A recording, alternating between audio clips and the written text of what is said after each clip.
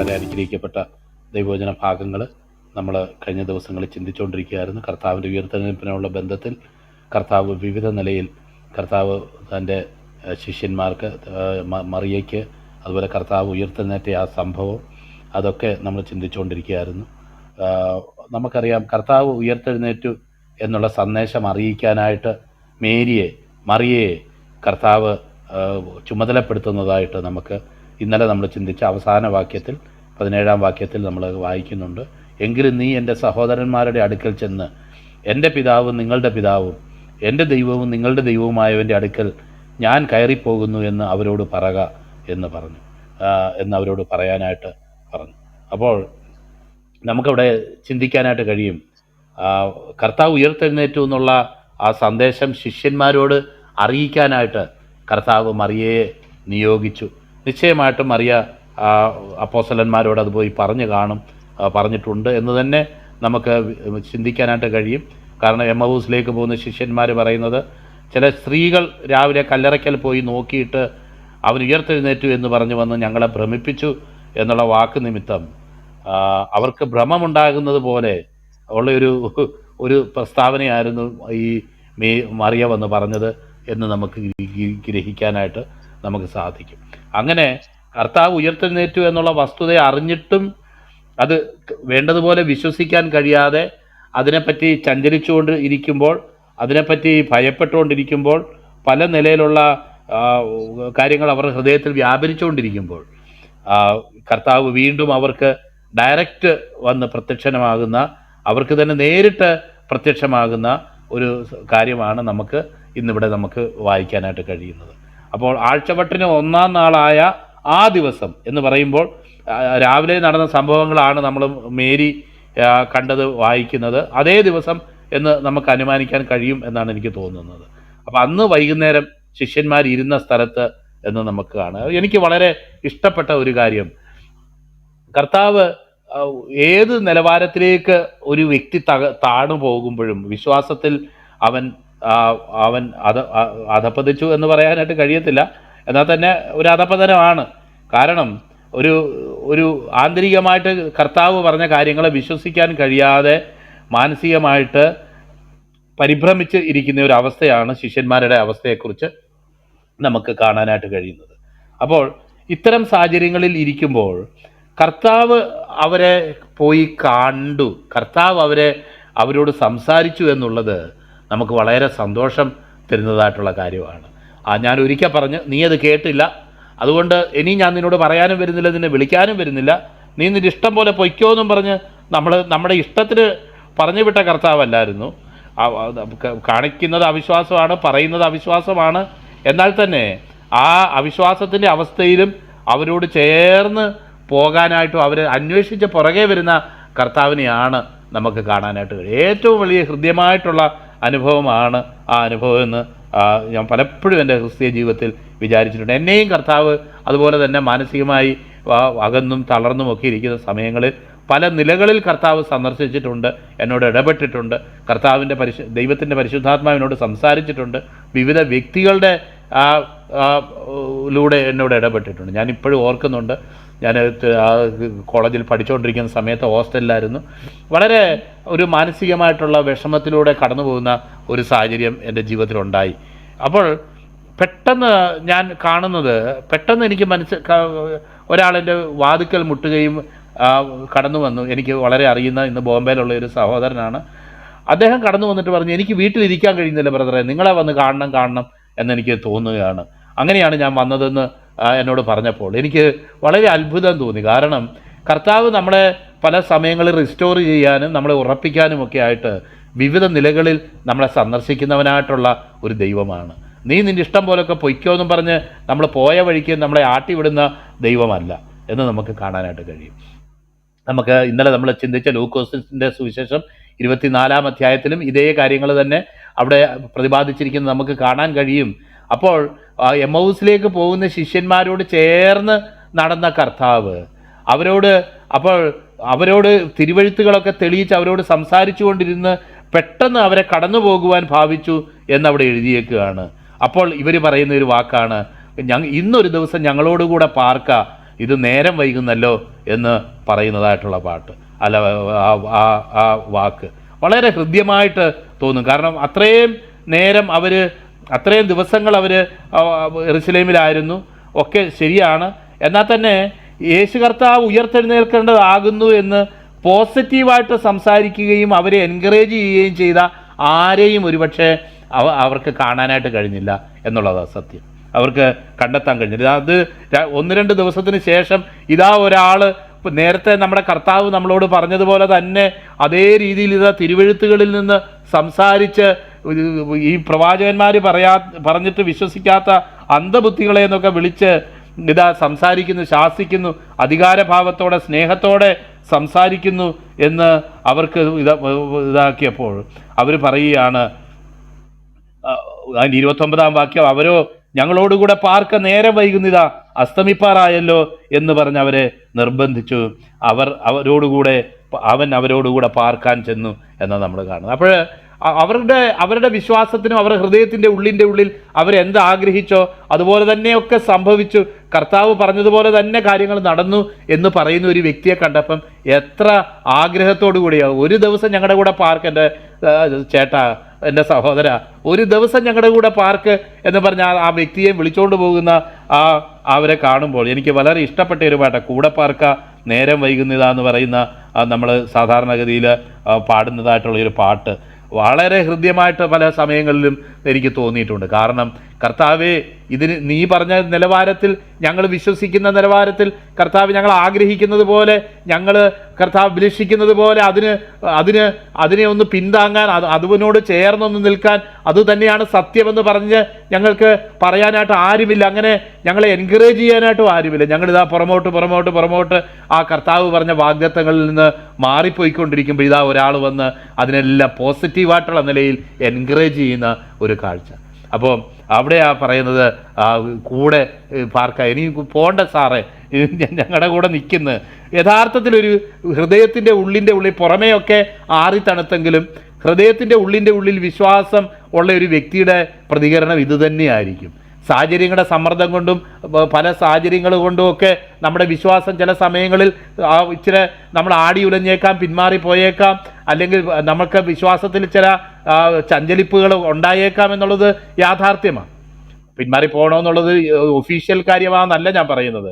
എന്നാൽ അത്തരം മുന്നേറ്റവും ചില അതുപോലുള്ള വിശ്വാസത്തിലുള്ള ആടിയുലച്ചിലുമൊക്കെ സ്വാഭാവികമായിട്ടുണ്ടാവുന്നത് തന്നെയാണ്.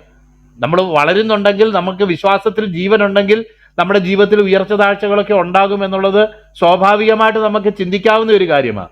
എന്നാൽ കർത്താവ് അത്തരം സാഹചര്യങ്ങളിൽ നമ്മളെ തേടി വരുന്നു, നമ്മളെ സന്ദർശിക്കുന്നു, നമ്മളെ അന്വേഷിച്ചു വരുന്നു എന്ന് നമ്മൾ ഓർക്കുമ്പോൾ അതെപ്പോഴും നമ്മുടെ ഹൃദയത്തെ ആശ്വസിപ്പിക്കുന്ന ഒരനുഭവം. എത്രയോ സമയങ്ങളിൽ ഈ കഴിഞ്ഞ നാളുകളിൽ നമ്മുടെയൊക്കെ ജീവിതത്തിൽ, എൻ്റെ ജീവിതത്തിൽ കർത്താവ് നമ്മളെ തേടി വന്നിട്ടുണ്ട്, നമ്മളെ അന്വേഷിച്ച് വന്നിട്ടുണ്ട്, നമ്മുടെ ഹൃദയത്തെ ആശ്വസിപ്പിച്ചിട്ടുണ്ട് എന്ന് ഞാൻ ഓർക്കുമ്പോൾ നന്ദിയോടെ കർത്താവ് ഇന്ന് നിൽക്കുന്നെങ്കിൽ അവിടുത്തെ കൃപയിലാണ്. വീഴാതിരിക്കാൻ നോക്കുന്നതല്ലാതെ സ്വന്തം ശക്തി കൊണ്ട് നിന്നെന്നോ കഴിവുകൊണ്ട് നിന്നെന്നോ ഒന്നും പറയാൻ കഴിയാതെ വണ്ണം എത്രയോ സന്ദിഗ്ധ ഘട്ടങ്ങളിൽ ഈ ദൈവകരങ്ങളിൽ താങ്ങി എന്ന് ഈ പകൽക്കാലം വീണ്ടും നന്ദിയോടെ ഞാൻ ഓർക്കാനായിട്ട് ഞാൻ ആഗ്രഹിക്കുക. അപ്പോൾ മറിയ പറഞ്ഞതൊന്നും വിശ്വസിക്കാതെ ഇപ്പോഴും അവരുടെ വിശ്വാസത്തെ കുറിച്ച് നമ്മൾ പറയുമ്പം വിശ്വാസം ഇല്ലാത്ത ഒരു അവസ്ഥയെന്ന് പറയുന്നത് ഭയത്തിൻ്റെ അവസ്ഥയാണ്. 34-ാം സങ്കീർത്തനത്തിൽ വായിക്കുന്നു, അവൻ എൻ്റെ സകല ഭയങ്ങളിൽ നിന്നും എന്നെ വിടുവിച്ചു. എളിയവൻ നിലവിളിച്ച് യഹോവ കേട്ടു, എൻ്റെ സകല ഭയങ്ങളിൽ നിന്നും അവൻ എന്നെ വിടുവിച്ചു എന്നാണ് നമ്മൾ വായിക്കുന്നത്. അപ്പം ആ ദൈവത്തോടു കൂടി ആയിരിക്കുമ്പോൾ വിശ്വാസമുള്ളപ്പം ഭയം ഉണ്ടാവത്തില്ല. ഭയം ഉണ്ടാകുന്നതിൻ്റെ കാര്യം എന്താണെന്ന് വെച്ച് കഴിഞ്ഞാൽ വിശ്വാസമില്ല എന്നുള്ളതാണ്. അപ്പം നമുക്കറിയാമല്ലോ, നമ്മൾ ഒരു രാത്രിയിലൊക്കെ ചിലപ്പം വാതിലടച്ച് കിടന്ന് ഉറങ്ങുമ്പോൾ പുറത്ത് പട്ടി ഉരയ്ക്കുമ്പം അല്ലെങ്കിൽ എന്തെങ്കിലും ശബ്ദം കേൾക്കുമ്പോൾ എന്തെങ്കിലും മറ്റ് അനിഷ്ട സംഭവങ്ങളെക്കുറിച്ചൊക്കെ അറിഞ്ഞിട്ടും കേട്ടിട്ടും ഒക്കെയാണ് കിടക്കുന്നതെങ്കിൽ പലപ്പോഴും നമുക്ക് അസ്വസ്ഥമായിട്ടുള്ള ഉറക്കമൊക്കെ ഉണ്ടാകുന്ന സമയങ്ങൾ നമുക്കറിയാമല്ലോ. അപ്പോൾ അതുപോലെ തന്നെ ഇവർ യഹൂദന്മാരെ ഭയന്ന്, ഞങ്ങളുടെ കർത്താവ് മരിച്ചു, ഞങ്ങളുടെ ജീവനും തുലാസിൽ തൂങ്ങുകയാണ്, ഞങ്ങളെയും ഒരുപക്ഷെ ഏത് സമയത്തും അവർ കൊന്നേക്കാം, ഞങ്ങളെ ഉപദ്രവിച്ചേക്കാം, കർത്താവിൻ്റെ പുറകെ നടന്നതുകൊണ്ട് അവർ ഞങ്ങളെ കണ്ടെത്തി വധിച്ചേക്കാം, എന്നൊക്കെയുള്ള ഭയത്തിൽ വളരെ ഭയപ്പാടോടുകൂടെ അവര് വാതിലടച്ച് ഇരിക്കെ.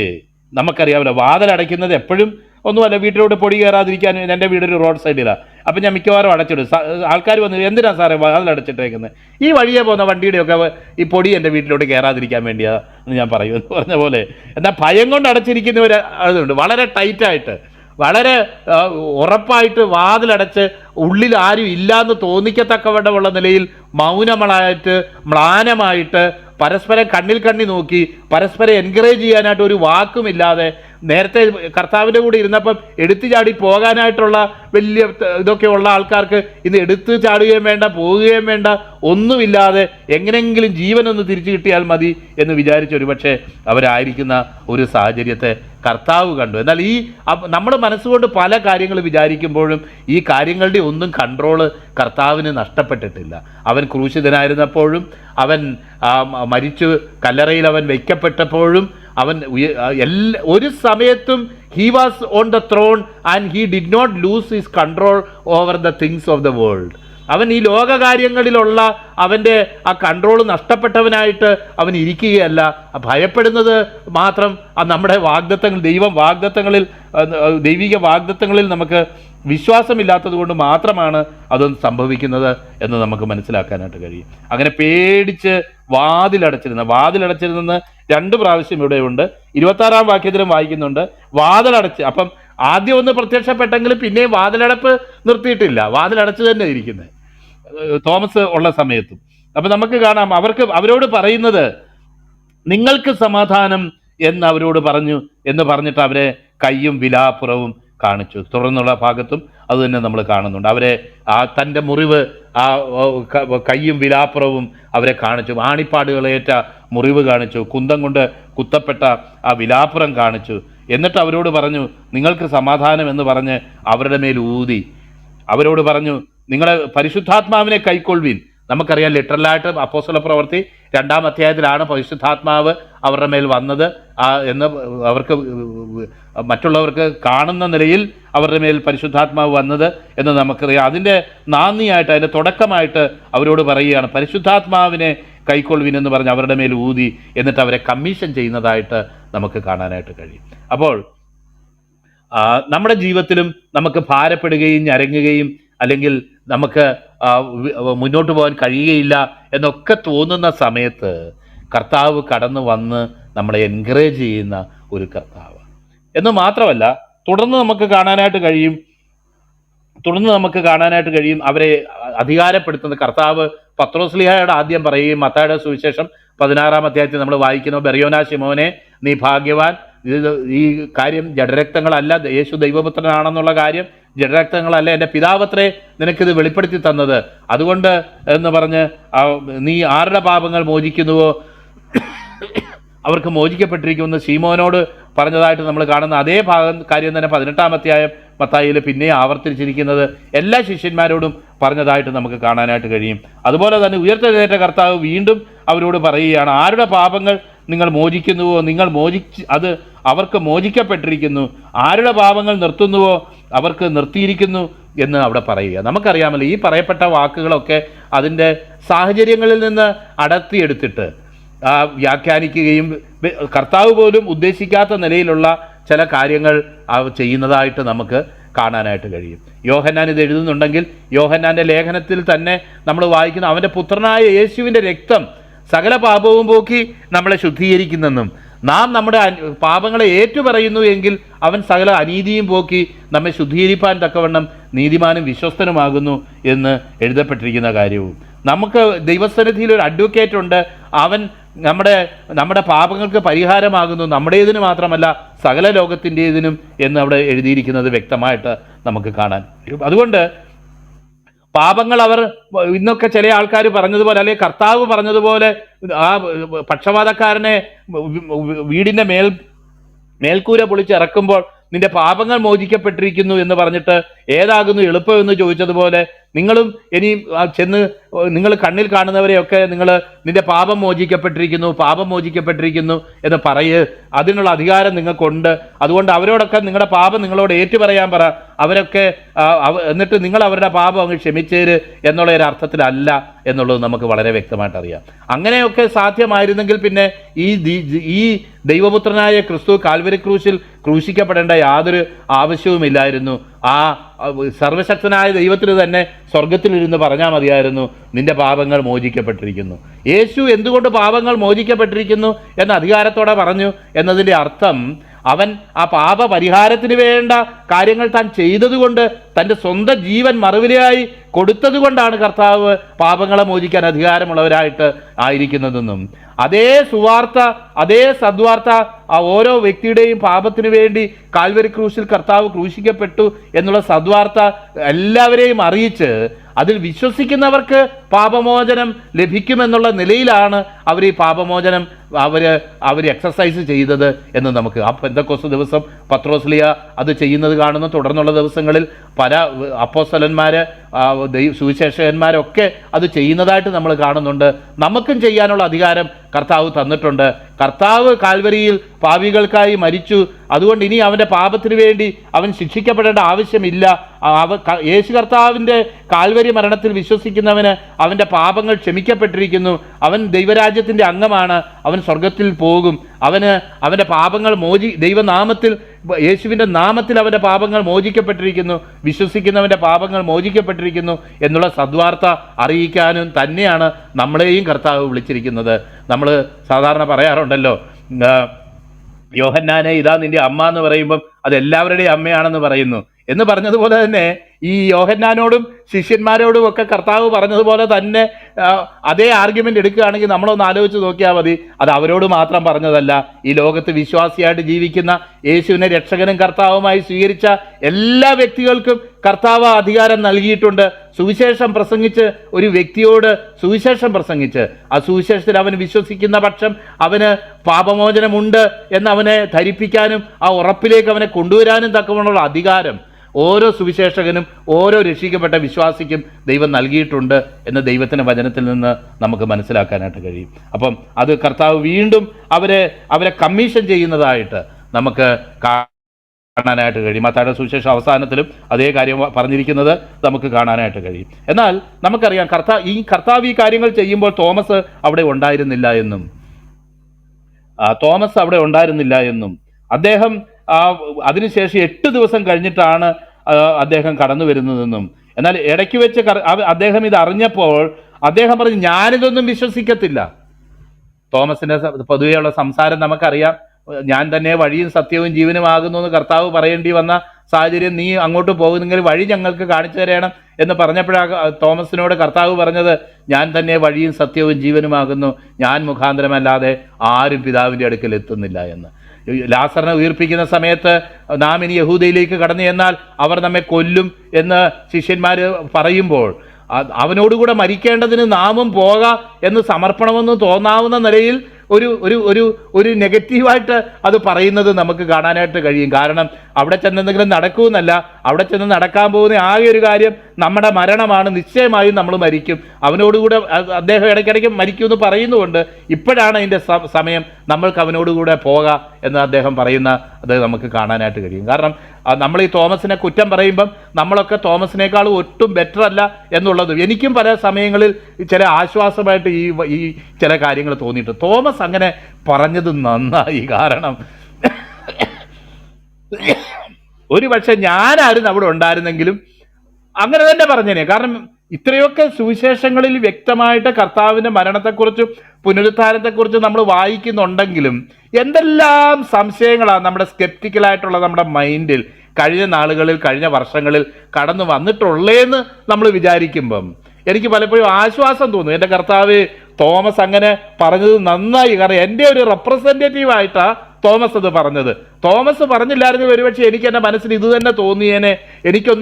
അതൊന്ന് വേരിഫൈ ചെയ്യണം. കർത്താവ് ഉയർത്തെഴുന്നേറ്റു എന്നുള്ള കാര്യം എനിക്ക് വേരിഫൈ ചെയ്ത് അറിയാതെ പറ്റത്തില്ല. അങ്ങനെ ആരെങ്കിലും എന്തെങ്കിലും പറഞ്ഞെന്ന് വെച്ചൊന്നും വിശ്വസിക്കാനൊന്നും എന്നെ കൊണ്ട് പറ്റത്തില്ല എന്ന് മിക്കവാറും എനിക്ക് തോന്നുന്നു. എൻ്റെ സ്വഭാവം അനുസരിച്ച് ഞാനത് പറഞ്ഞേനെ. പൗലോസ്ലിയ കർത്താവിൽ വിശ്വസിച്ചത് ഓർക്കുമ്പം പലപ്പോഴും എനിക്ക് സന്തോഷം തോന്നും. കാരണം കർത്താവ് ഇതുപോലൊരു സാഹചര്യത്തിൽ ഇതുപോലെ ഉപദ്രവിക്കാൻ നടന്നവൻ, സഭയെ മുടിക്കാനായിട്ട് നടന്ന ഒരു വ്യക്തി, ഇങ്ങനെ ഒരു നിമിഷം കൊണ്ട് രൂപാന്തരപ്പെട്ട് സുവിശേഷത്തിന്റെ വക്താവും അപ്പോസ്തലനും സുവിശേഷത്തിന് വേണ്ടി രക്തസാക്ഷിയുമായി തീർന്നെന്നുള്ളത് എത്ര വലിയ നിരീശ്വര അല്ലെങ്കിൽ ദൈവിക പ്രവർത്തനങ്ങളെ തള്ളിക്കളയുന്ന മനസ്സുള്ള ഒരു വ്യക്തിക്ക് നിഷേധിക്കാനാവാത്ത ഒരു സത്യമാണെന്ന് നമുക്കറിയാം. അപ്പം ഇത്രയൊക്കെ ചെയ്തിട്ട് പോലും ഇന്ന് ആൾക്കാർ വിശ്വസിക്കുന്നില്ല. അതാ ഇതിന്റെ രസം. പ്രത്യേകിച്ച് നമുക്കറിയാം, ഈ വിശ്വാസികളെന്ന് പറയുമ്പം ഒരു ദൈവദാസൻ ലിയോനാർഡ് റെവൻഹിൽ എന്ന് പറയുന്ന ഒരു വ്യക്തി ഒരു പുസ്തകം എഴുതിയിട്ടുണ്ട്, ഉണർവ് എന്തുകൊണ്ട് താമസിക്കുന്നു എന്നുള്ള പുസ്തകം. നിങ്ങൾ വായിച്ചിട്ടുള്ളവർക്ക് അറിയാം. അതിൻ്റെ ഉള്ളിലുള്ള ഒരു പ്രധാനപ്പെട്ട അധ്യായമാണ് അവിശ്വാസികളായ വിശ്വാസികൾ, അൺബിലീവിങ് ബിലീവേഴ്സ് എന്നാണ് അതിൻ്റെ ഒരു ചാപ്റ്ററിൽ അത് എഴുതിയേക്കുന്നത്. എനിക്ക് വളരെ ഇഷ്ടപ്പെട്ട്. ഒത്തിരി ദൈവദാസന്മാർ അതിനെപ്പറ്റി പ്രസംഗിച്ചിട്ടുണ്ട്, ഈ അൺബിലീവിങ് ബിലീവേഴ്സിനെ കുറിച്ച്. ഇന്നുള്ള വിശ്വാസികളുടെ മുഖമുദ്ര എന്താ? ഒരുപക്ഷെ ഈ ഒരു ബെന്തിക്കോസിലോ അല്ലെങ്കിൽ മർത്തോമായിലോ അല്ലെങ്കിൽ നമ്മൾ ഈ പറയുന്ന ഏതെങ്കിലും ഒരു ക്രിസ്ത്യൻ ഡിനോമിനേഷൻ, കാത്തലിക്കിലോ ഒക്കെ ജനിച്ചത് കൊണ്ട് ചെറുപ്പം തൊട്ടേ പഠിച്ചു വരുന്ന ചില കർമ്മങ്ങൾ അത് ആചരിച്ച് അതിൽ ഞാൻ വിശ്വസിക്കുന്നു എന്ന് പറഞ്ഞ് തങ്ങളെ തന്നെ ഉറപ്പിച്ച് നിർത്തുന്നതല്ലാതെ, അല്ലെങ്കിൽ ഒരു മതപരമായ ചില ചടങ്ങുകളും കാര്യങ്ങളും ചിലരൊക്കെ ചെയ്യുന്നു എന്നുള്ളതല്ലാതെ അതിനേക്കാൾ അപ്പുറത്തുള്ള എന്തെങ്കിലും പ്രത്യേകത നമ്മുടെ വിശ്വാസത്തിനുണ്ടോ? നമ്മൾ തന്നെ ഒന്ന് ശോധന ചെയ്ത് നോക്കേണ്ടത്. നമ്മളിനി വേറെ ഒരു വീട്ടിലായിരുന്നു ജനിച്ചിരുന്നെങ്കിൽ, വേറൊരു മതത്തിലോ പശ്ചാത്തലത്തിലോ ആയിരുന്നെങ്കിൽ നമ്മൾ ഒരുപക്ഷെ അത് വിശ്വസിക്കുകയില്ലായിരുന്നോ? അത്രമാത്രമേ നമ്മുടെ വിശ്വാസത്തിന് പ്രാധാന്യമുള്ളതെങ്കിൽ നമ്മുടെ മാതാപിതാക്കൾ കേവലം പറഞ്ഞതുകൊണ്ട് മാത്രം നമ്മൾ അന്വേഷിച്ചു അല്ലെങ്കിൽ നമ്മൾ ഈ കാര്യങ്ങളിലൊക്കെ വിശ്വസിക്കുന്നുവെന്ന് വരുത്തുന്നു, എന്നാൽ നമ്മൾ യഥാർത്ഥമായിട്ട് വിശ്വസിച്ചിട്ടില്ലെങ്കിൽ നമ്മുടെ ഈ വിശ്വാസത്തിന് വലിയ മേന്മയൊന്നും പറയാനായിട്ടില്ല. ഒരുപക്ഷെ നമ്മൾ വീണ്ടും ജനിച്ച ഒരു വിശ്വാസിയാന്ന് പോലും പറയാൻ പറ്റുകയില്ല. അതാ അതിൻ്റെ സത്യം. ഇന്ന് ഒത്തിരി കഴിഞ്ഞ ദിവസം എനിക്കൊരു പ്രിയപ്പെട്ടവൻ എനിക്ക് ഒരു മെസ്സേജ് അയച്ചു. അദ്ദേഹം കേൾക്കുന്നുണ്ടോ ഇല്ലയോ എന്ന് എനിക്കറിയത്തില്ല. ഞാൻ 12 വയസ്സിൽ ബെന്തിക്കോസ് ആയതാണ്. 17 വയസ്സ് വരെ ഞാൻ ഈ ബെന്തിക്കോസിൽ നിന്നു. അപ്പോഴാണ് എനിക്ക് മനസ്സിലായത് സമൂഹത്തിൽ ഞാൻ ഒറ്റപ്പെട്ടു പോകുന്നു. ഞാൻ ഈ ബെന്തിക്കോസുകാരുടെ ഇതിൽ കൂടി ഞങ്ങൾ മാത്രമേ സ്വർഗത്തിൽ പോകത്തുള്ളൂ, ഞങ്ങൾ മാത്രമേ അങ്ങനെ ആവത്തുള്ളൂ, ഞങ്ങൾ മാത്രമേ ഇങ്ങനെ ആവത്തുള്ളൂ എന്ന് പറഞ്ഞ് ഞാൻ സമൂഹത്തിൽ ഒറ്റപ്പെട്ടവനായി തീർന്നു എന്ന് എനിക്ക് മനസ്സിലായപ്പം ഞാൻ ഈ വിശ്വാസം ഞാൻ ഉപേക്ഷിച്ചു എന്ന് അദ്ദേഹം പറയാനായിട്ട് ഇടയായിട്ട് തീർന്നു. ഞാൻ അദ്ദേഹത്തിന് റിപ്ലൈ അയച്ചു, എൻ്റെ ബ്രദർ രക്ഷിക്കപ്പെട്ടു എന്ന് പറയുന്നതിൽ ഞാൻ യാഥാർത്ഥ്യമായി കാണുന്നില്ല. കാരണം എന്താണെന്ന് വെച്ച് കഴിഞ്ഞാൽ, ബ്രദർ ഇതുപോലൊരു പെന്തക്കോസ്റ്റൽ ഫ്രെയിമിലേക്ക് താങ്കൾ വന്നു. ആരാധന എങ്ങനെ നടത്തണം, പാട്ടെങ്ങനെ പാടണം, സാക്ഷ്യം എങ്ങനെ പറയണം, അങ്ങനെ ഇങ്ങനെ എന്നൊക്കെയുള്ള പെന്തക്കോസ്റ്റൽ തീരാനുള്ള ടെക്നോളജി ബ്രദർ പഠിച്ചു. എന്നാൽ യഥാർത്ഥമായി രക്ഷിക്കപ്പെട്ട് യേശുവുമായിട്ടുള്ള ഒരു ബന്ധത്തിലേക്ക് ബ്രദർ വന്നിരുന്നെങ്കിൽ ഒരിക്കലും മറ്റുള്ളവരെ വെറുക്കാനും മറ്റുള്ളവരെ എക്സ്ക്ലൂസീവായിട്ട് അവരെക്കുറിച്ച് ചിന്തിക്കാനും ഒക്കെയുള്ള ഒരു അവസ്ഥയിലേക്ക് വരത്തില്ല. എനിക്ക് കർത്താവ് നിത്യജീവൻ വാഗ്ദാനം ചെയ്തു, ഞാൻ ദൈവബദ്ധരായി തീർന്നെന്നുള്ളത് മറ്റുള്ളവരെ കൂടുതൽ സ്നേഹിക്കാനും ഉൾക്കൊള്ളാനും അവരുടെ പ്രശ്നങ്ങളിലൊക്കെ വിമുഖത കാണിക്കാതെ ഇൻവോൾവ് ചെയ്യാനുമായിട്ടുള്ള ഒരു അവസരമാണ്. അല്ലാതെ അവരാരും സ്വർഗത്തിൽ പോകത്തില്ല, അവരെല്ലാം അവിശ്വാസികളാണെന്നും പറഞ്ഞ് പടിയടച്ച് അവരെയൊക്കെ പിണ്ടം വെക്കാനുള്ള ലൈസൻസ് അല്ല. ഇന്ന് ഒത്തിരി പേര് അങ്ങനെ വിചാരിക്കുന്നവരുണ്ട്, ഞങ്ങൾ ദൈവമക്കൾ. കാരണം എനിക്ക് ചില സമയങ്ങളിൽ പ്രാർത്ഥിക്കുന്ന പ്രാർത്ഥന പോലും ഒരു അസ്ഥാനത്താണോ എന്ന് എനിക്ക് ചിലപ്പോൾ തോന്നും. കാരണം പ്രാർത്ഥിച്ച് തുടങ്ങുന്നതിന് ഇങ്ങനെയാ, കർത്താവ്യ ലോകത്തിൽ അനേകര് കർത്താവ്യ സമാധാനമില്ലാതെ നടക്കുമ്പോൾ നീ എനിക്ക് അതൊരു അർത്ഥത്തിൽ ശരി തന്നെയാണ്, ഇല്ലെന്ന് ഞാൻ പറയുമല്ല. അതേസമയം തന്നെ നമ്മൾ മറ്റുള്ളവരെക്കാൾ ബെറ്ററാണ്, മറ്റുള്ളവരെക്കാൾ ശ്രേഷ്ഠരാണ്, ഞങ്ങൾ മാത്രമേ സ്വർഗത്തിൽ പോകുകയുള്ളൂ എന്ന് പറഞ്ഞൊരു ലേബൽ പൊട്ടിച്ച് മേനി നടിച്ച് നടക്കാനുള്ള ഒരു ഉപാധിയായിട്ട് അത് തീരുമ്പോൾ അത് തികച്ചും ഒരു മോശപ്പെട്ട കാര്യമാണ് എന്ന് തന്നെ എനിക്ക് പറയാനായിട്ടുള്ളത്. അത് ഒരിക്കലും ഒരു ശ്രേഷ്ഠമായ കാര്യമല്ല. കാരണം ക്രിസ്തുവിൽ നമ്മൾ വിശ്വസിച്ചു എന്നുള്ളത് നമ്മുടെ സഹോദരങ്ങളെ സ്നേഹിക്കാനും മാത്രം. കാരണം ഒരു ക്രിസ്ത്യാനിക്ക് ഒരു മതഭ്രാന്തനാകാൻ പറ്റുമോ? പറ്റത്തില്ല എന്ന ദൈവത്തിന്റെ വചനത്തിന്റെ അടിസ്ഥാനത്തിൽ എനിക്ക് പറയാൻ കഴിയുന്നത്. അങ്ങനെ കഴിയത്തില്ല.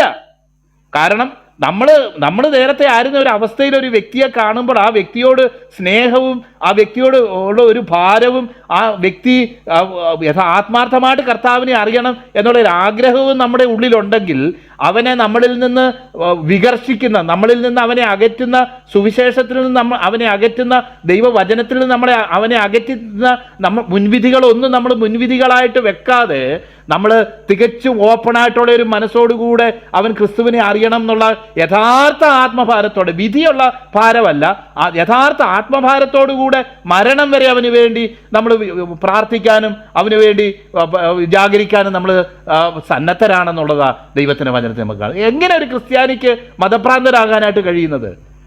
ഞാൻ കർത്താവിനെ അറിഞ്ഞു, എന്നാൽ ഞാൻ കർത്താവിനെ അറിഞ്ഞു കഴിഞ്ഞപ്പം അതുപോലെ എൻ്റെ അവസ്ഥയിൽ നേരത്തെ ജീവിക്കുന്ന ഒരു വ്യക്തിയെ തികച്ചും കൊള്ളരുതാത്തവനായി ചിത്രീകരിക്കാനും ഈ സർക്കിളിൽ നിന്നെല്ലാം ഔട്ടാക്കി അടച്ചു കളയാനും തക്കവണ്ണം എനിക്ക് എങ്ങനെയാ പറ്റുന്നത്? നാളെ അവൻ രക്ഷിക്കപ്പെടാനും ഇതേ നിലയിൽ ദൈവത്തെ അറിയാനും അവൻ ഇടയായി തീരണമേ. അവൻ്റെ അറിവില്ലായ്മ മുഖാന്തരമാണ് അവനിന്ന് ചെയ്യുന്നത്. കർത്താവെ, ഞാൻ ചെയ്തത്രയൊന്നും അവൻ ചെയ്യുന്നില്ലല്ലോ, ഞാൻ പറഞ്ഞതുപോലൊന്നും ചെയ്യുന്നില്ലല്ലോ എന്നുള്ള ആശ്വാസമാണ് ചിലരെ കുറിച്ച് കാണുമ്പോൾ എനിക്ക് തോന്നിയിട്ടുള്ള പലപ്പോഴും. പ്രിയപ്പെട്ടവരെ, പടിയടച്ച് പിണ്ടം വെക്കാനും അതുപോലെ അവരവിശ്വാസിയാണ്, നരകത്തിന്റെ വിറകുള്ളിയാണെന്നൊക്കെ പറയാനൊക്കെയുള്ള സമയം വരട്ടെ, നിൽക്കട്ടെ. അതൊന്നും പറയാനുള്ള സമയമായിട്ടില്ല. കർത്താവിന്റെ വരവ് വരെ, അവരുടെ മരണം വരെ, അല്ലെങ്കിൽ നമ്മുടെ ഈ സമയം ഇനിയും മുന്നോട്ടുണ്ട്. അവർക്ക് രൂപാന്തരപ്പെടാനും അവർക്ക് ഒരുപക്ഷെ നമ്മളായിരിക്കുന്ന അവസ്ഥയിലുള്ള ഒരു വിശ്വാസത്തിന്റെ നിലവാരത്തിൽ നിന്ന് ഉന്നതമായൊരു നിലവാരത്തിലേക്ക് വരാനുള്ള സാധ്യത പോലും അവരുടെ മുന്നിലുണ്ട്. അപ്പൊ ഈ സാധ്യതകളെ അടച്ചു കളയുന്നതാകരുത് നമ്മുടെ ആറ്റിറ്റ്യൂഡും നമ്മുടെ സുവിശേഷീകരണവും നമ്മുടെ പ്രസംഗവും നമ്മുടെ ഇതുമെന്നൊക്കെ നമ്മൾ എപ്പോഴും ഓർത്തിരിക്കേണ്ടത് ആവശ്യമാണ്. ഒരു പെന്തിക്കോസുകാരനാകാനോ ക്രിസ്ത്യാനിയാകാനോ അവർ കടന്നു പോകുന്ന സമൂഹത്തിലെ ചില ആചാരാനുഷ്ഠാനങ്ങൾ ഉൾക്കൊണ്ട് മുന്നോട്ട് നിൽക്കാനോ ഞാൻ ഇന്ന ആളാണെന്ന് പറയാനോ ഒക്കെ എളുപ്പമാണ്. എന്നാൽ യഥാർത്ഥത്തിൽ ഈ യേശു ക്രിസ്തുവുമായിട്ടുള്ള ഒരു വ്യക്തിബന്ധത്തിലേക്ക് വന്നിട്ടുണ്ടോ? ക്രിസ്ത്യാനിറ്റി എന്ന് പറയുന്ന ഒരു റിലേഷൻഷിപ്പ്, അതൊരു മതമല്ല. ക്രിസ്ത്യാനിറ്റി എന്ന് പറയുന്നത് ജീവനുള്ള യേശുവുമായിട്ടുള്ള ഒരു ബന്ധമാണ്. ഇവിടെ തോമസ് ഇവിടെ പറയുമ്പോൾ ഇന്നത്തെ ഈ സെക്കൻഡ് ജനറേഷൻ ബെന്തിക്കോസുകാരെ ഒക്കെ ഈ തോമസിന്റെ കൂടത്തിൽ കൂട്ടാൻ പറ്റുമോ എന്നെനിക്ക് അവരെ വിധിച്ചുകൊണ്ട് ഞാൻ പറയുമല്ല, എനിക്ക് സംശയം. കാരണം പല ആൾക്കാരും വിശ്വസിക്കുന്നു എന്ന് പറയുക, എന്നാൽ ഉള്ളിന്റെ ഉള്ളിൽ അവിശ്വാസം നിറഞ്ഞിരിക്കുക. അയ്യോ, ഞാനിങ്ങനെ തിരിച്ചു വല്ലോ പറഞ്ഞാൽ ഇനിയും ദൈവം വല്ലോ എന്നോട് ദേഷ്യപ്പെട്ടാലോ എന്ന് വെച്ച് സംശയങ്ങളൊന്നും ആത്മാർത്ഥമായിട്ട് തുറന്നു പറയത്തുമില്ല. അവര് ഒരിക്കലും ആ സംശയത്തിന് പരിഹാരം വരുത്തത്തുമില്ല. എൻ്റെ പ്രിയപ്പെട്ടവരെ, ഈ ദൈവത്തിന്റെ വചനത്തിലുള്ള പല കാര്യങ്ങളും ഒത്തിരി ഞാൻ കാരണം ഞങ്ങളൊക്കെ വേറൊരു പശ്ചാത്തലത്തിൽ ജനിച്ചു വളർന്നവരാകുന്നതുകൊണ്ട് എന്തെല്ലാം സംശയങ്ങളാണ് വന്നിട്ടുള്ളതെന്ന് പറയാൻ തന്നെ ഞാൻ ആഗ്രഹിക്കുന്നില്ല.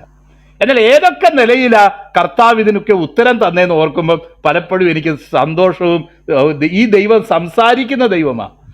ഞാൻ ഈ പ്രസംഗിക്കുന്നതിന് മുന്നേ ഇന്നലെ രാത്രിയിലും ഞാൻ ഇത് ഓർത്ത് ഞാൻ പ്രാർത്ഥിക്കുമായിരുന്നു. കർത്താവ്, കഴിഞ്ഞ ദിവസങ്ങളിൽ ഏതൊക്കെ നിലകളിൽ നീ എന്നോട് സംസാരിച്ചിട്ടുണ്ട്, ഇടപെട്ടിട്ടുണ്ട്, എന്റെ സംശയങ്ങൾ തീർത്തിട്ടുണ്ട്. ഈ തോമസിനോട് പറഞ്ഞതുപോലെ തന്നെ വിലാപ്പുറത്ത് ഇടുക എന്ന് പറയുന്നത് പോലെ തന്നെ കർത്താവ് നീ ഇടപെട്ടിട്ടുണ്ട്, നീ തേടി വന്നിട്ടുണ്ട്. പ്രിയപ്പെട്ടവരെ, ഞാൻ ഒരു സത്യം പറയുക, ഇന്നും കർത്താവിന്റെ ശരീരത്തിൽ ഈ ആണിപ്പഴുതും വിലാപ്പുറവും ഉണ്ടെന്ന് തന്നെയാണ് ഞാൻ വിശ്വസിക്കുന്നത്.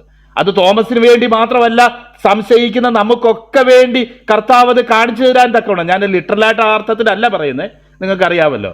നമ്മൾക്ക് ഏത് നിലയിലുള്ള സംശയമാണോ അതിനൊക്കെ പരിഹാരം വരുത്താനും, തോമസെ നീ എന്തിനാ സംശയിച്ചത്, നീ അവിശ്വാസിയാകാതെ വിശ്വാസിയായിരിക്കുക എന്ന് പറയത്തക്കവണ്ണം കർത്താവിന് നമ്മുടെ ഏത് നിലവാരത്തിലുള്ള സംശയമാണോ അത് തീർത്തു തരാൻ കർത്താവിന് കഴിയും. പണ്ട് ഏതോ സിനിമയിലുള്ള ഡയലോഗ് പോലെ ഉള്ളത് എനിക്ക് പറയാനുള്ളൂ ഇതിനുള്ള ബന്ധത്തിൽ.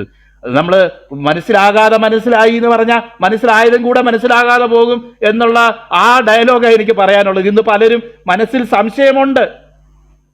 എനിക്ക് ഒരു മോനുണ്ടായിരുന്നു, അവന് പഠിച്ചുകൊണ്ടിരിക്കുമ്പോഴൊക്കെ ഉണ്ടായിരുന്നല്ല, ഇപ്പോഴും ഉണ്ട്. പഠിച്ചുകൊണ്ടിരിക്കുമ്പോഴൊക്കെ ഞാൻ അവൻ്റെ അടുത്ത് പോയിച്ചു, മോനെ വല്ല സംശയമുണ്ടോ? ഒന്നുമില്ലപ്പ, എല്ലാം മനസ്സിലായി എന്ന് പറയും. ഇവന് മനസ്സിലായില്ല എന്നെനിക്ക് മനസ്സിലാകണമെങ്കിൽ ഇവന്റെ റിസൾട്ട് വന്നു കഴിയുമ്പോഴേ മനസ്സിലാകത്തുള്ളൂ. അയ്യോ, അന്നേരം മോനത് അറിയത്തില്ലായിരുന്നു. അന്നേരം ഞാൻ ചോദിച്ചായിരുന്നല്ലോ, മോനെ നിന്നോട് സംശയമുണ്ടോ? നീ ഒന്നും ഇല്ലെന്നാണല്ലോ പറഞ്ഞത്. കാരണം എന്തെങ്കിലും സംശയമുണ്ടോ എന്ന് പറഞ്ഞാൽ പിടിച്ചിരുത്തി പഠിപ്പിക്കും. അത്രയ്ക്ക് മെനക്കെടാനും ഒരു വയ്യ. ഇതാ ഇന്ന് പലരുടെയും. പ്രിയപ്പെട്ടവരെ, സംശയമില്ലെന്നൊന്നും പറയണ്ട. നമുക്കുള്ള റിയാലിറ്റിയും നമുക്കുള്ള അവസ്ഥയും നമ്മുടെ ഉള്ളിലെ അവസ്ഥ ഒരുപക്ഷെ നമ്മുടെ ഉപദേശിയോടോ പാസ്റ്ററോടോ പറഞ്ഞാൽ പോലും ഒരുപക്ഷെ അവർ മിസ്അണ്ടർസ്റ്റാൻഡ് ചെയ്തെന്ന് വരാം. എന്നാൽ കർത്താവിനോട് നമുക്കിത് പറയാനായിട്ട് കഴിയും. അതേ കാഴ്ചപ്പാടുള്ള ദൈവഭക്തന്മാരോട് പറയാൻ കഴിയും. നിശ്ചയമായിട്ടും നമ്മുടെ ഈ കാര്യങ്ങൾക്കൊക്കെ പരിഹാരം ഉണ്ട് എന്നുള്ളത് ഞാൻ ഓർക്കുക. നിങ്ങൾ പറഞ്ഞാൽ ഇത് അധിക പ്രസംഗമാണെന്ന് നിങ്ങൾക്ക് തോന്നും. ഈ കർത്താവിന് ഈ ബൈബിള് മാത്രമല്ല, മറ്റ് പല കാര്യങ്ങളും കർത്താവ്, ഭൂമിശാസ്ത്രം അറിയാം, മെക്കാനിക്കൽ എഞ്ചിനീയറിംഗ് അറിയാം, മെഡിസിൻ അറിയാം.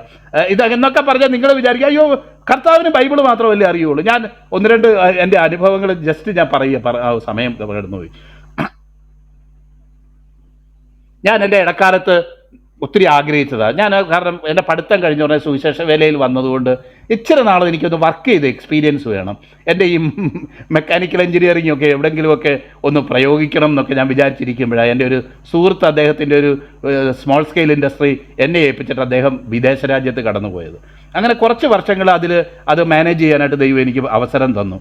അപ്പോൾ ഒരു ദിവസം നോക്കുമ്പോഴുണ്ട് ഇതൊരു വലിയ ഇരുമ്പിൻ്റെ വലിയ സ്ട്രക്ചറൊക്കെയുള്ള ഒരു എല്ലാം കൂടെ താഴെ പടോന്നും പറഞ്ഞ് വീണേക്കുന്നു. ഞങ്ങൾക്കാണെങ്കിൽ അതിനനുസരിച്ചുള്ള ഓർഡറുണ്ട്, കാര്യങ്ങളുണ്ട്, ഡെലിവറി ചെയ്യാനുണ്ട്, അത് കൊടുക്കാനുണ്ട്. എന്തോ ചെയ്യും എൻ്റെ കർത്താവേ എന്നും പറഞ്ഞ് ഞാൻ താടിക്ക് കയ്യും കൊടുത്ത് അതിൻ്റെ മുന്നിൽ കുറേ നേരം ഇരുന്നു. ഞാനിരുന്ന് ആത്മാർത്ഥമായിട്ട് ദൈവസേന, കാരണം ഇത് എവിടെ തൊട്ട് തുടങ്ങണം എന്നറിയത്തില്ല. ഇതൊക്കെ വെൽഡ് ചെയ്ത് വെക്കുകയും ഈ ഇറക്ഷനൊക്കെ നടത്തിയേക്കുന്ന മറ്റുള്ളവരാ. അപ്പം എനിക്കതറിയത്തില്ല. ഞാനാണെങ്കിൽ ആ ഇടയ്ക്ക് വെൽഡിങ്ങും കട്ടിങ്ങും ഒക്കെ പഠിച്ചിട്ടേ ഉള്ളൂ. കാരണം ഈ ആവശ്യങ്ങളുടെ സാഹചര്യങ്ങളുടെ സമ്മർദ്ദം കൊണ്ട് പഠിച്ചു പോയതാ. ഞാനിങ്ങനെ വളരെ പ്രാർത്ഥിച്ച് ഇങ്ങനെ കിടക്കുക. രാത്രിയായപ്പോൾ ഒരു 2 മണിയായപ്പം ആരോ എന്നോട് വന്ന് പറയുക, നീ ആദ്യം ഇന്ന സാധനങ്ങൾ വെൽഡ് ചെയ്ത് ആദ്യം അവിടെ അങ്ങ് നിർത്ത്, അതിനുശേഷം ബാക്കിയുള്ള സാധനം അതിന് ചേർത്ത് ചെയ്യുക. അത്രയും നേരം ഒരു മെക്കാനിക്കൽ എഞ്ചിനീയറായ എനിക്ക് എൻ്റെ തലയിൽ ഈ ഐഡിയ കയറിയില്ല. ഒരു വ്യക്തി എന്നോട് വന്ന് പറയുന്നത് എനിക്ക് മനസ്സിലായി, കർത്താവ് എന്നെക്കാളും വലിയ മെക്കാനിക്കൽ എഞ്ചിനീയറാ കർത്താവ്, ഞാൻ കണ്ടിട്ടുള്ള എൻ്റെ പ്രൊഫസർമാരാണ് നീ എന്നും പറഞ്ഞ് ഞാൻ എന്നോട് വന്ന് എൻ്റെ ഹൃദയത്തിൽ ആ വലിയ ശക്തമായിട്ട് ആ രാത്രി തോന്നിച്ചതുപോലുള്ള ആ തോന്നലനുസരിച്ച് അടുത്ത ദിവസം ഉച്ച ആയപ്പോഴത്തേക്ക് ഈ മറിഞ്ഞു വീണ സാധനം മുഴുവൻ ഞാൻ വെൽഡ് ചെയ്ത് കയറ്റും. നിങ്ങൾക്ക് പറഞ്ഞാൽ അത് ഒരു ബോഷ്കാന്ന് തോന്നും. എന്നാൽ കർത്താവിന് നമ്മുടെ ഏത് കാര്യത്തിനും, ഞാൻ ഒരിക്കലും ഓർക്കുക, കൺവെയർ ബെൽറ്റ് എന്ന് നിങ്ങളൊക്കെ കണ്ടു കാണും. കാരണം അതിലെ ഈ വെയിറ്റ് ഉള്ള സാധനം ഇങ്ങനെ പോയിക്കൊണ്ടിരിക്കുന്നത്. ഇടയ്ക്ക് അത് നിർത്തേണ്ട സാഹചര്യം വരുമ്പം അത് നല്ല ഇതാണെങ്കിൽ അത് ഒന്നും പറ്റത്തില്ല. ഇത് നിർത്തി കഴിയുന്നതോടെ കൺവെയർ ബെൽറ്റ് മുഴുവൻ ഇറങ്ങി പിന്നെയും പിന്നോട്ട് പോകുക. ഞാനിത് കുറേ ആലോചിച്ചിട്ട് എനിക്ക് ഒരു ഇതും കർത്താവ് ഈ കൺവെയർ ബെൽറ്റിന് എനിക്ക് എവിടെ കൊണ്ട് ബ്രേക്ക് ഇടാൻ പറ്റും എന്ന് ആലോചിച്ചുകൊണ്ട് ഞാൻ ഇരുന്ന് രാത്രി പ്രാർത്ഥിച്ചുകൊണ്ട് കിടന്നു. ഈ പറഞ്ഞതുപോലെ തന്നെ എനിക്ക് ഈ ബോധം നല്ലപോലെ തെളിയുന്ന ഒരു 2 മണിയാകുമ്പോഴാണ്. അന്നേരം എന്നോട് എൻ്റെ ഹൃദയത്തിൽ ഒരു ശക്തമായ ശബ്ദം കേൾക്കുക, എടാ നീ എന്തിനാ അതിന് പേടിക്കുന്നത്? അവിടെ കിടക്കുന്ന കുറച്ച് തടിക്കഷ്ണമുണ്ട്, അതൊരു പ്രത്യേക നിലയിൽ അതെടുത്ത് വെച്ച് കഴിഞ്ഞാൽ അത് ബ്രേക്ക് ആയില്ലേ. പെട്ടെന്ന് എനിക്ക് കാളവണ്ടിയുടെ ബ്രേക്കാണ് എനിക്ക് ഓർമ്മ വന്നത്. ഞാൻ പറഞ്ഞുകൊണ്ട് വരുന്നത്, പല സംഗതികളും ഈ തമ്പുരാൻ അറിയാത്ത കാര്യങ്ങളില്ല. പ്രാർത്ഥനയോടെ നമ്മൾ ചില കാര്യങ്ങൾ ചെയ്യുമ്പം, കർത്താവിൻ്റെ ദാസൻ നേരത്തെ ചില കണ്ടുപിടുത്തങ്ങളുടെയൊക്കെ കാര്യം പറഞ്ഞല്ലോ, പല കണ്ടുപിടുത്തങ്ങളും വിശ്വാസികളായിട്ടുള്ള വ്യക്തികൾ ഇതുപോലെ ദൈവം അവരുടെ ഹൃദയത്തിൽ തോന്നിച്ചിട്ടാണ് ചെയ്തിട്ടുള്ളത് എന്നുള്ള സാക്ഷ്യം തന്നെയുണ്ട്. പ്രിയപ്പെട്ടവരെ, നമ്മുടെ ഏത് കാര്യവും എല്ലാം പറഞ്ഞു തരുമെന്നല്ല ഞാൻ പറഞ്ഞത്. ഒരുപക്ഷെ ചില കാര്യങ്ങൾ നിത്യതയിൽ ചെന്നാലേ നമുക്ക് മനസ്സിലാകുകയുള്ളൂ. പ്രത്യേകിച്ച് ദൈവശാസ്ത്രപരമായ ചില കാര്യങ്ങൾ അതെല്ലാം നമുക്ക് ഒരുപക്ഷെ നമ്മുടെ ബുദ്ധിക്ക് ഗ്രഹിക്കാൻ കഴിയത്തില്ല. എന്നാൽ തന്നെ ഞാൻ പറയുക, നമ്മുടെ ഏത് കാര്യവും കർത്താവിനോട് തുറന്നു പറഞ്ഞാൽ അത് ഒരുപക്ഷെ ബിബ്ലിക്കൽ തന്നെ ആകണമെന്നില്ല. മറ്റു പല വിഷയങ്ങളും കർത്താവ് എനിക്കിതിലൊരു ഡയറക്ഷൻ വേണം, ഒരു ഭാരം എനിക്കതിലുണ്ട്, എനിക്ക് ചില വിഷയങ്ങളുണ്ടെന്ന് പറഞ്ഞാൽ നമ്മളോട് ഉത്തരം തരുന്ന കർത്താവ് ഇതുള്ളത്. ഞാൻ ഈ പറയുമ്പോൾ അതിശയോക്തിയാണെന്ന് നിങ്ങൾ വിചാരിക്കരുത്. ഇതൊന്നും അതിശയോക്തിയല്ല. പല വചനത്തിലെ പല സംശയങ്ങളും ഉണ്ടാകുമ്പോൾ അത് ദൈവസന്നിധി വെച്ച് പ്രാർത്ഥിക്കുക, അതിന് ഉത്തരം പല പ്രാവശ്യം ലഭിച്ചിട്ടുള്ള ഇത് എനിക്കുണ്ട്. അത് ഒരുപക്ഷെ നിങ്ങൾക്ക് തന്നെ അറിയാം, ഞാൻ ഈ പറയുന്ന ചില കാര്യങ്ങളും തിയോളജിക്കൽ ബുക്കിൽ പോലും ഇല്ലാത്ത നിലയിൽ, എന്ന് പറഞ്ഞാൽ ഞാൻ എന്നെ പൊക്കുകയല്ല ഞാൻ ചെയ്യുന്നത്, കർത്താവിങ്കിൽ നേരിട്ട് പ്രാപിച്ചു എന്നെനിക്ക് ചില കാര്യങ്ങളെക്കുറിച്ച് എനിക്ക് ഉറപ്പുണ്ട്. കർത്താവ് എന്നോടത് സംസാരിച്ച് ഞാൻ പറയാൻ ആഗ്രഹിക്കുന്നു. ഇതുപോലെ നമ്മളോട് ഇടപെടാനും, തോമസെ കൈനീട്ടി വിലാപ്പുറത്ത് ഇടുക, നിന്റെ വിരലിടുക, എൻ്റെ കൈ നീട്ടി നിന്റെ വിലാപ്പുറത്തിടുക എന്ന് നമ്മളോട് പറഞ്ഞ് നമ്മുടെ സംശയങ്ങൾക്ക് നിവാരണം തരുന്ന കർത്താവിൻ്റെ മുന്നിൽ നമ്മുടെ ഹൃദയങ്ങളെ തുറന്നു വയ്ക്കാം. നമ്മൾ കപടഭക്തി നടിക്കരുത്. കപടഭക്തി എപ്പോഴും നമുക്ക് ആപത്ത് തന്നെയാണ്. നമുക്ക് സംശയങ്ങളുണ്ടെങ്കിലും ഉണ്ടെന്ന് പറയാം, അത് ദൈവസന്നിധിയിലേറ്റ് പറയാൻ യോഗ്യരായിട്ട് വിശ്വസ്തരായിട്ട് നമുക്ക് തോന്നുന്നത് ദൈവഭക്തന്മാരോട് നമുക്കത് പറയാം. ആ നിലയിൽ ദൈവം ഈ ദിവസങ്ങളിൽ നമ്മളോട് ഇടപെടട്ടെ. ഒരു മതത്തിൻ്റെ ചട്ടക്കൂടിൽ അല്ലെങ്കിൽ അത് ചെയ്യുന്നു എന്ന് അഭിമാനിക്കുന്നത് കൊണ്ട് നമ്മളൊന്നും ആകുന്നില്ല. യേശുവിനോടുള്ള ബന്ധം, ജീവനുള്ള ബന്ധം, അതാണ് ഏറ്റവും പരമപ്രധാനമായ കാര്യം എന്ന് പറഞ്ഞുകൊണ്ട് ഞാൻ വാക്കുകളിൽ നിന്ന് വിരമിക്കുന്നു.